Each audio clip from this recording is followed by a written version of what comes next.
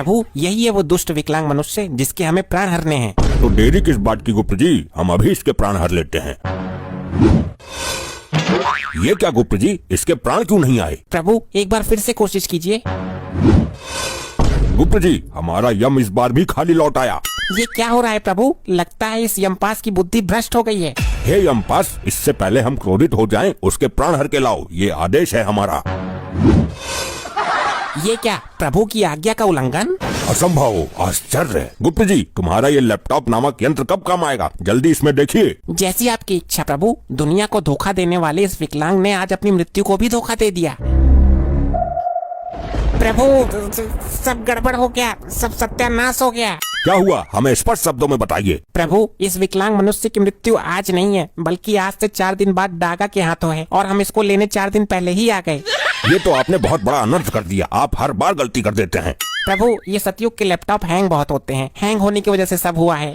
चलो फिर वापस चलते हैं, 4 दिन बाद आएंगे। प्रभु आप यमलोक के नियम भूल गए हैं। अगर हम एक बार पृथ्वी पर आ जाते हैं तो बिना प्राण लिए वापस नहीं जाते। अब हमें 4 दिन तक यहीं रहना होगा। यदि ब्रह्मदेव को पता चलेगा कि हम अकारण ही 4 दिन से पृथ्वी लोक पर भटक रहे हैं तो वो अवश्य क्रोधित हो जाएंगे। प्रभु अब तो अनर्थ हो ही गया, यहाँ का वातावरण देखते हैं कुछ दिन।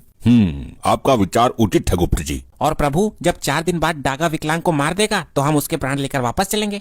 ये डागा इसको मारेगा क्यों गुप्त जी? प्रभु मैंने अभी लैपटॉप में चेक किया था। कुछ समय पहले जवानी को जंग लगने के डर से डागा एक छोटी सी बहू ले आया, जो इस विकलांग मनुष्य की वजह से घर छोड़कर भाग गई। ऐसा क्या किया इस विकलांग मनुष्य ने? प्रभु डागा जब चोरी करता था तो ये विकलांग मनुष्य मौके का फायदा उठाकर उसके ससुराल में सारी बातें बता देता था। फिर तो विधाता ने इसकी मृत्यु डागा के हाथों से ही निश्चित की है। बहू भगा दी बेचारे की। गुप्त जी बहू उसकी भागी है, आप क्यों रो रहे हो? ये दोनों वहाँ खड़े होकर इतनी देर से क्या ढेर चावल गला रहे हैं? मैं ही इनके पास जाता हूँ। प्रभु वो यहीं आ रहा है, अब आप देखना ये किस तरह मनुष्य को अपनी बातों के चक्रव्यूह में उलझाता है। प्रणाम भाई लोगों, क्या प्रोग्राम करने जा रहे हो या प्रोग्राम करके आ रहे हो? क्या मतलब है तुम्हारा? मतलब तुम्हारी वेशभूषा को देखकर बोल रहा हूँ, किसी जागरण वगैरह में काम करते हो क्या? मूर्ख मानव, हम साक्षात यमराज और चित्रगुप्त हैं। पहले मैं भी आप ही की तरह रामलीला में चाची ताड़का का रोल करता था। जितनी तेरी शातिर बुद्धि है और जैसा तेरा शरीर है, तुझे तो महाभारत में शकुनी मामा का रोल करना चाहिए था। नहीं नहीं नहीं नहीं नहीं, गलत बात नहीं, गलत बात बर्दाश्त नहीं। हम सत्य कह रहे हैं, हम यमराज और चित्रगुप्त हैं। 4 दिन बाद तुम मर जाओगे। अगर जीवन के अंतिम क्षणों में कुछ पुण्य कमाना चाहते हो तो कमा लो जाकर, तुम्हारी सजा थोड़ी कम हो जाएगी। लगता है दोनों ही दिमाग से हटे हुए हैं। यमराज और चित्रगुप्त बुलेट लेकर घूमेंगे क्या? अरे जाओ जाओ, जाकर प्रोग्राम करो कहीं। प्रोग्राम तो तेरी मृत्यु के पश्चात तेरे घर पर तेरा ही का होगा, कपटी मानव। अरे मैं तो मजाक कर रहा था, फालतू बातों को छोड़ो। ये गाड़ी नई निकाली है लगता है। ये वाहन शादी में मिला था। इस गाड़ी की सबसे बड़ी खासियत ये है कि चाबी लगी छोड़ने पर ये दिशा बदल लेती है। दिशा बदल लेती है? मतलब ये तो कुछ चमत्कार लग रहा है। ये कोई चमत्कार से कम नहीं है। आप चाबी लगी छोड़ दो 2 मिनट के लिए, आंखें बंद कर लो, इसका मुंह इधर है ना, तुरंत उधर हो जाएगा। ये निर्जीव वाहन ऐसे कैसे कर सकता है? यही तो चमत्कार है, यही तो खासियत है इसकी।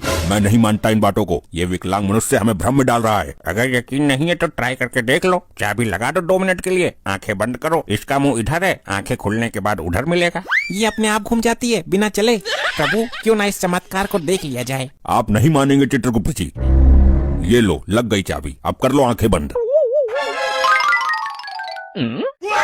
अनर्थ हो गया प्रभु, अनर्थ।